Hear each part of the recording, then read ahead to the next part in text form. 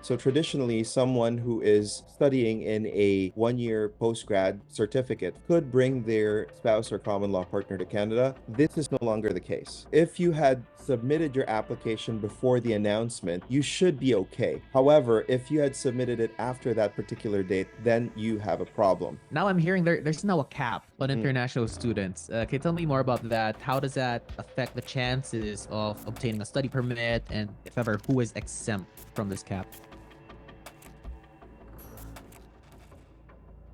Hey everyone, welcome back to the channel. If you're here, you've probably been watching the news about Canadian immigration. You know, there is a lot of changes. You probably can't keep up anymore. You don't know what to believe in, right? Before we get started here, just a quick disclaimer. Any information provided on our channel is just of general nature and for educational or for informational purposes only.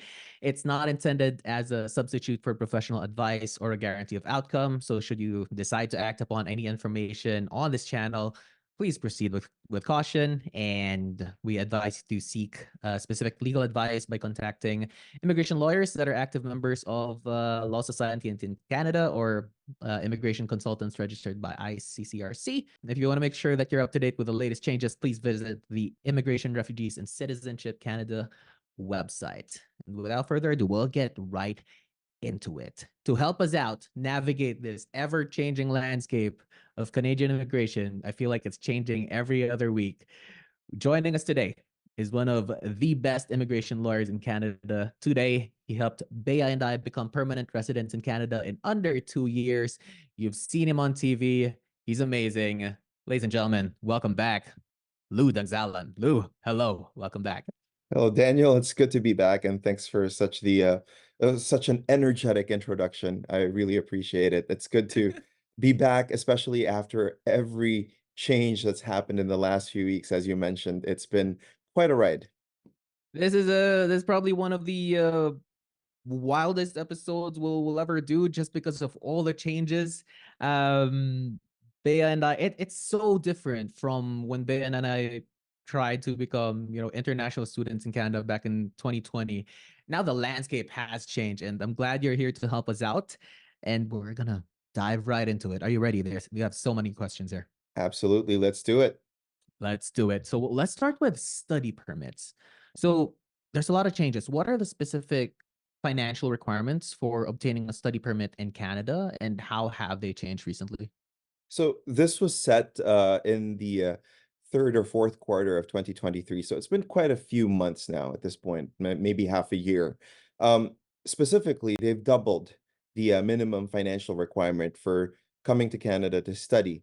Uh, when you're applying for an internet as an international student for a study permit, originally you needed to show liquidity of 10,000 Canadian dollars. It's equivalent, obviously, in whatever currency that you can bring with you to Canada in order to support yourself.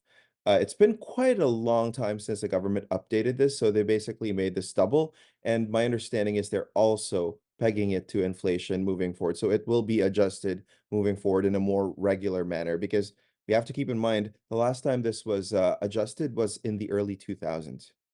Hmm.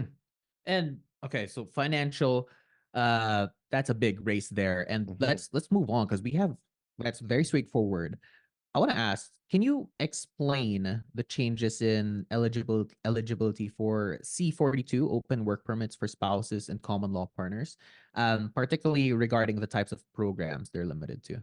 Right. So for a lot of your viewers, they would know that spouses of international students who are coming to Canada and studying post-secondary studies, specifically one-year certificates, two-year certificates, etc., could bring their partners or their spouses or common law partners to work in Canada, basically to accompany them, along with their children, obviously. What happens now is that they've limited the eligibility for this type of open work permit.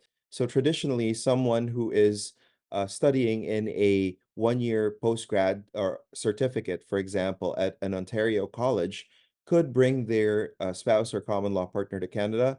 This is no longer the case. Moving forward, essentially, they would only be eligible for a C42 open work permit if you are the international student, that is, pursuing a master's, a PhD, or any post-secondary program that leads to a professional degree, that are enumerated on IRCC's website. They have a list of this, and some examples include law, medicine, pharmacy. I would consult the IRCC website for the full list, but basically, those who would be studying a 1 year post-secondary certificate would no longer be eligible. But just to be very sure, go check IRCC's website if your program is eligible for a C-42 open work permit. Hmm. Follow-up questions there. So again, this is so different from what Ben and I were used Mhm. to many years ago. So you're basically saying it's not as easy anymore as, okay, whatever job you can have in Canada, you can bring your whole family here. That's out of the window. That's gone. Yeah, in a way, this is Canada's signaling that, hey, we are going to be more selective on who will be able to come to Canada. And it's a situation of a critical mass being achieved with Canadian immigration. There's just a lot of people in the queue. So Canada now has this luxury to actually pick and scrutinize even more, as if it wasn't scrutinizing to begin with. Now they get to scrutinize more. And they're also doing this essentially to adjust to the realities of on the ground. Basically, we have a cost of living crisis, as you know. So there's been talk, and the mood has shifted to a mood that basically is less, let's say, accommodating of temporary resident immigration to Canada because it is affecting the housing supply. It is affecting, say, for example, the labor workforce and all that sorts of thing. So we need to basically contextualize this into the political climate. When is this effective? Is it as soon as Mhm. possible? When is the effectivity date of this? So if you had submitted your application before the announcement, you should be okay. However, if you had submitted it after that particular date, then you have a problem. Ooh, okay. Once Lou, let's say, I'm sure there's a lot of people going to be affected by this. If they have a problem, is that as simple as, okay, spouse, you can't go with me anymore, or do they have to contact an immigration lawyer like yourself? How do you solve that issue? So if they can't come, it doesn't preclude them. Oh, sorry. If they cannot come on an open work permit on a C-42, it doesn't preclude them from independently seeking employment in Canada and applying it for a work permit should they be able to get their employer to secure a labor market impact assessment. So that option is still there. However, it won't be an open work permit anymore. Hmm. Thank you for that. And now let's move on into. Now I'm hearing there's now a cap on Mhm. international students. Can you tell me more about that? How does that affect the chances of obtaining a study permit, and if ever, who is exempt from this cap? Right. So they've instituted a cap. They've basically talked about the increasing number of international students, and they have used the words unsustainable. And in a sense, it is kind of true. We've seen a particular growth in, say, for example, private designated learning institutions that have or do not have sub-licensee agreements with public DLIs. And essentially, what this does is it hyperinflates the number of people who are coming to Canada. And the question of sustainability becomes a very legitimate issue. So they've decided to institute a cap. And how they're going to do this is that it's a temporary cap to basically arrest the growth of international students in Canada. But at the same time, they want to do it sustainably and in a fair way. For example, they've introduced the idea of a provincial attestation letter, which I suspect you'll be asking me later on. And what that letter means is that in order to apply for a study permit to Canada, if you're coming in from outside of Canada, you need a provincial attestation letter. And depending on the province where you're applying to, there will be a different mechanism for you to apply for it. Some provinces have made a proviso that you should contact your DLI directly because your DLI is going to secure it for you. In some situations, they want you to apply for it directly to the government of that particular province.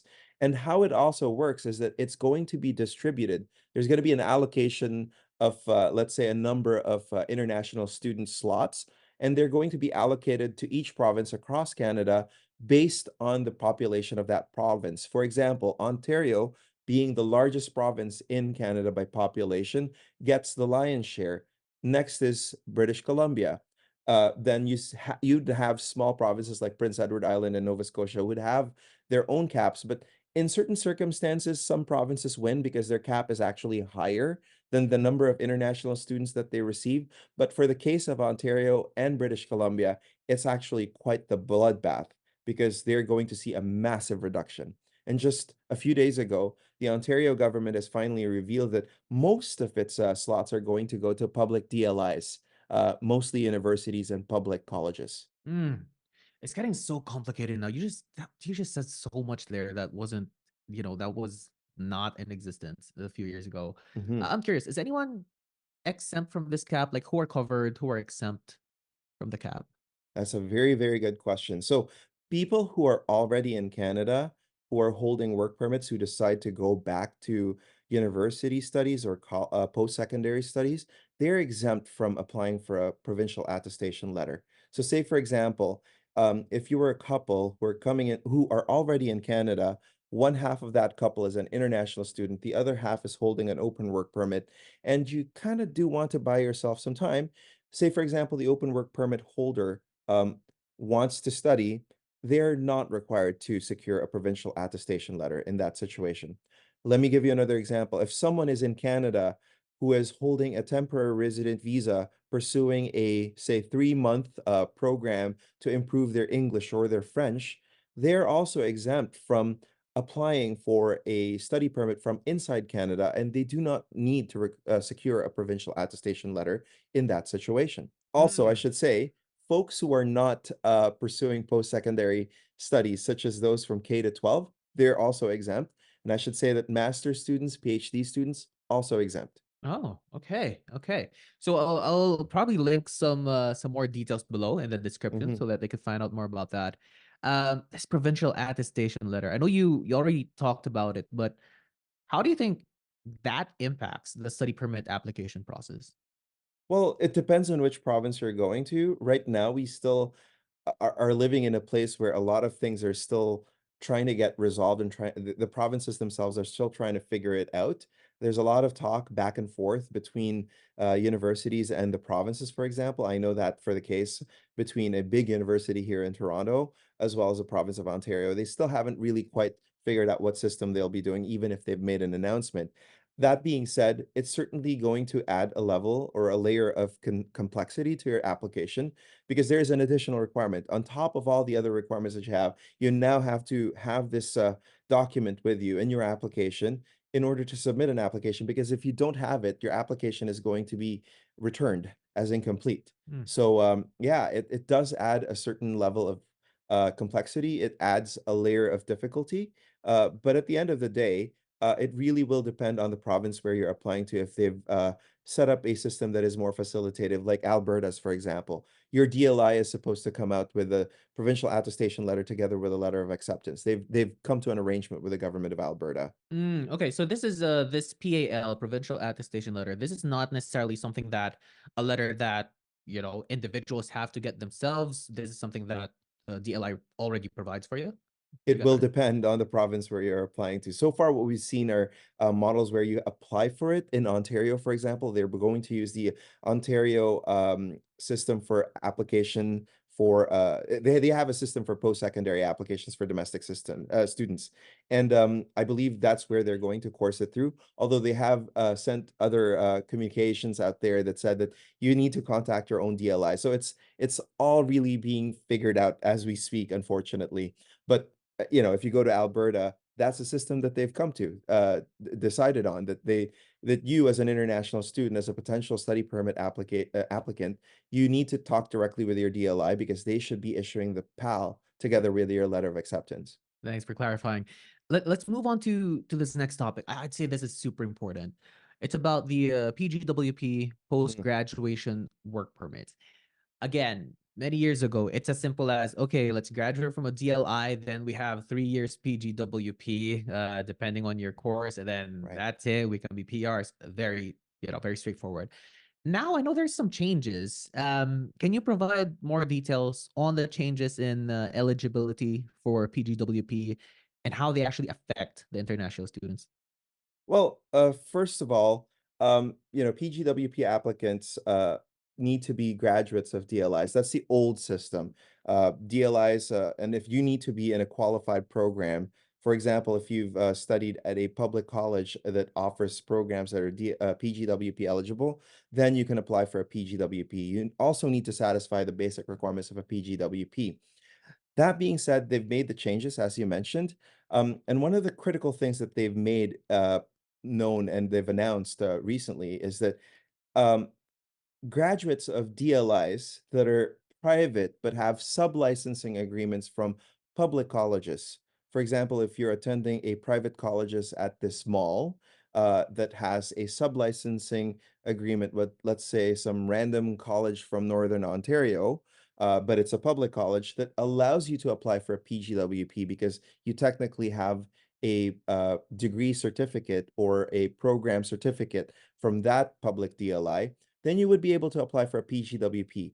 The government of Canada said not anymore. So they're basically removing the eligibility, the ability of people to apply for PGWPs if you finish your program in such circumstances, in that situation. So PGWPs moving forward will be reserved for those who are pursuing post-secondary programs in PGWP eligible programs alone, and they cannot be in any form of partnerships between public and private colleges. So if I'm an international student now, Mhm, I need to be more vigilant in choosing my DLI because I'm pretty sure some of, not pretty sure, but maybe some of these other institutions we're talking about sub-licensing, they might play around with words, then you suddenly mhm. believe that, yeah, they're PGWP eligible. What tips do you have for students who, we don't want to waste their tuition fee here. Yeah. What tips do you have for them in choosing their DLI? My first tip is ask the DLI that you're looking at directly. If you have a chance to talk to someone from that DLI, ask them if their programs are are PGWP eligible. Ask them if they're a private college or if they're a publicly funded college. And most importantly, I would say go to IRCC's website or Google PGWP eligibility and IRCC, and you will find IRCC's website that actually lists all the DLIs that are eligible for PGWPs. So if you do that basic research, you're protecting yourself and you're protecting your investment.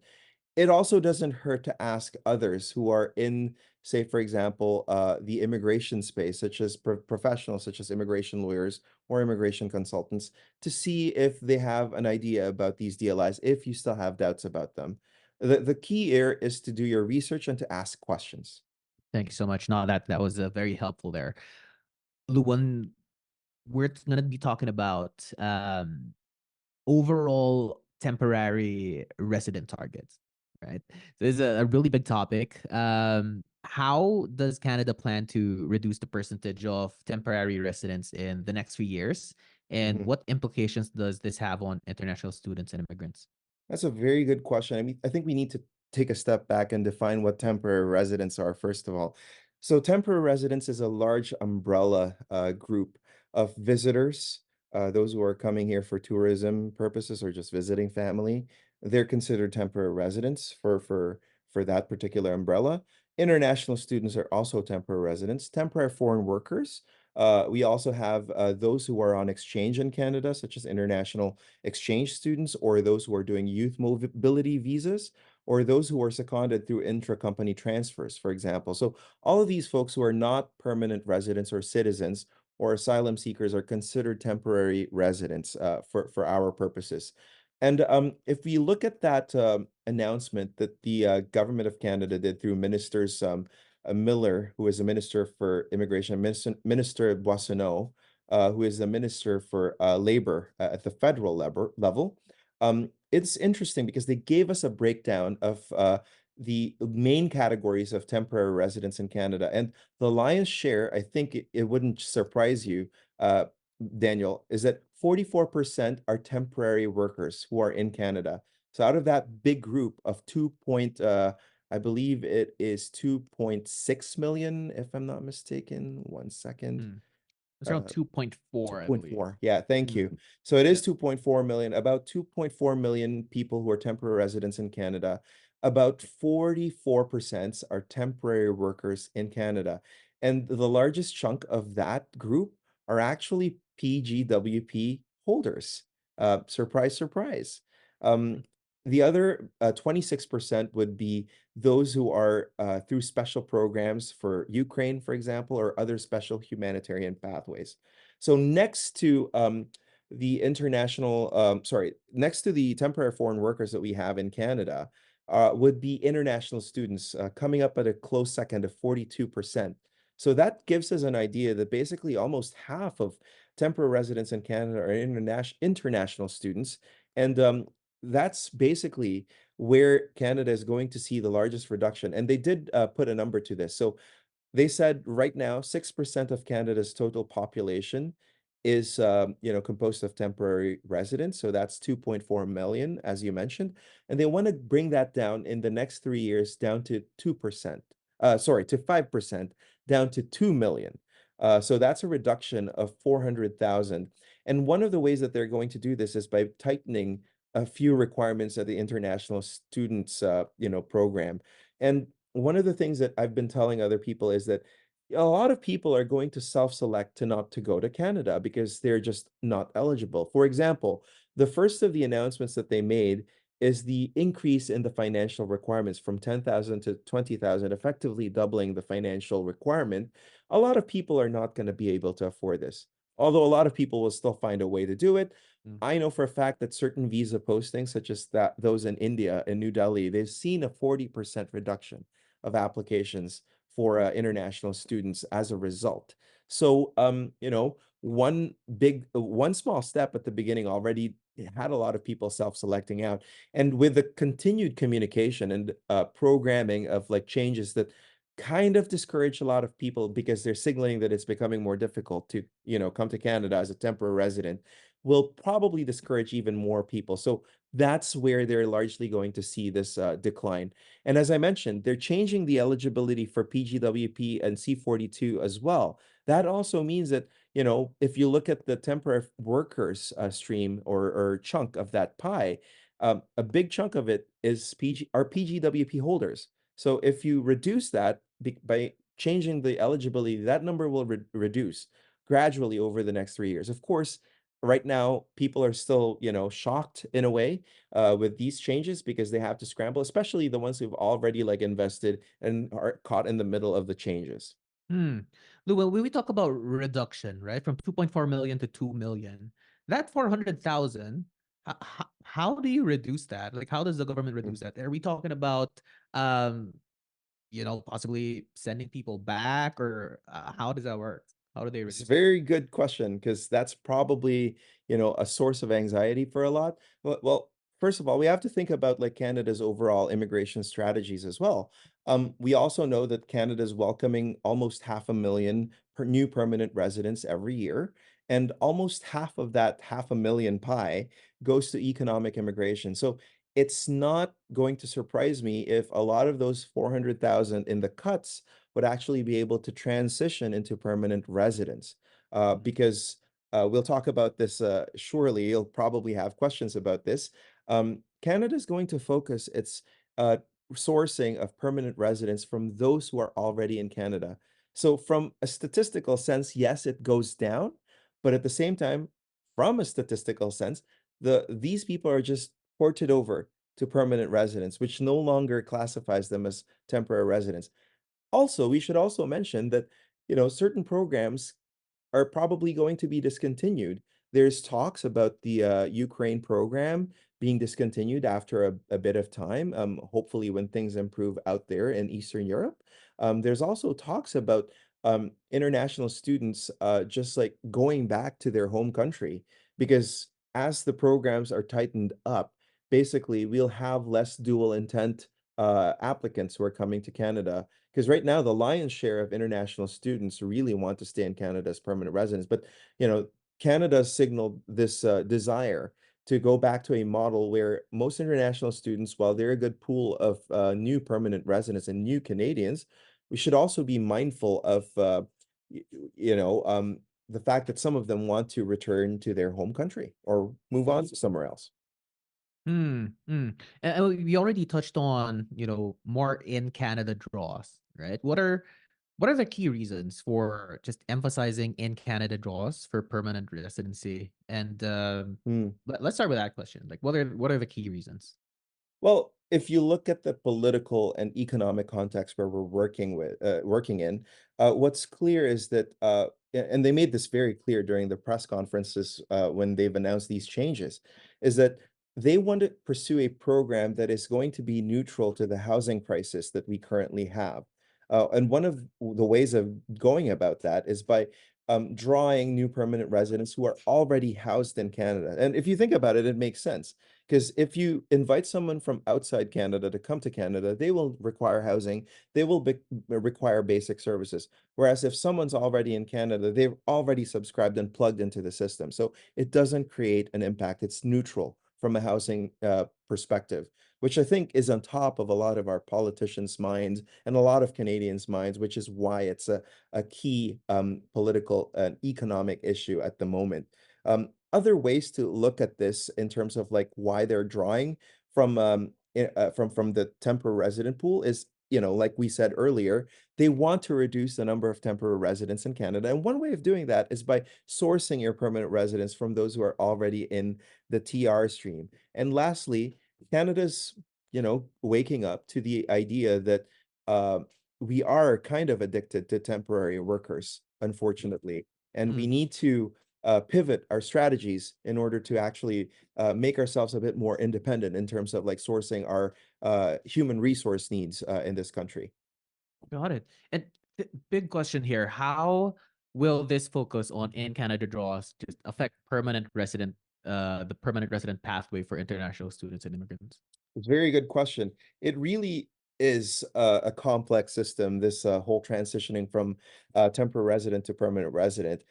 We know of the express entry system, which is Canada's biggest platform, and its flagship program for turning temporary residents and even inviting foreign nationals to become permanent residents in Canada. But one of the things that you should look at, that we should look at really, is the shift of the numbers of the allocations from from the year 2020 to today.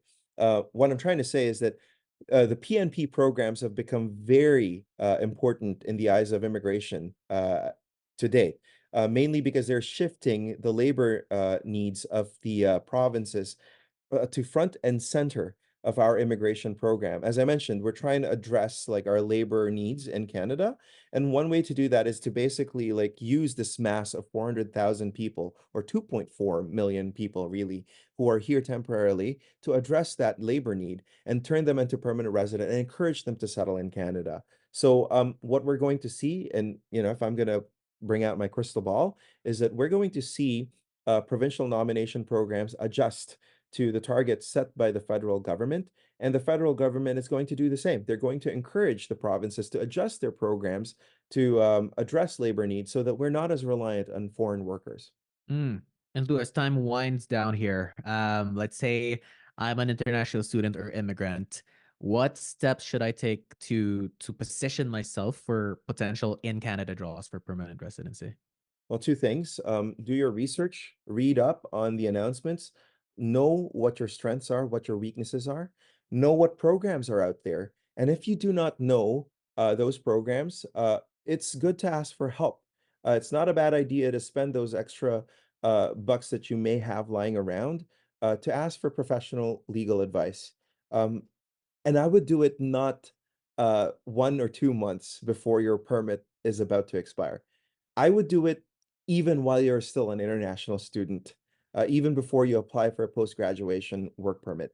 It's very important to actually plan this out like long term in order to provide yourself some buffer and in order to create a contingency plan should your plan A not work. If plan A doesn't work, you have a plan B. You have a plan Z so that you have this, you know, multiple sets of possibilities for you to gain permanent residence, and you need to be very adaptable, and you need to be agile when the immigration system constantly keeps changing. 100%. And just a quick backstory here. I remember we did exactly what Lou just said now. So before we met Lou, Bea and I were international students, and we knew that we already, invested so much money in education here in Canada. We didn't want to risk us not getting permanent residency by doing things ourselves. So at that point, we were like, we're going to Lou Dangzalan. Let's ask for his help.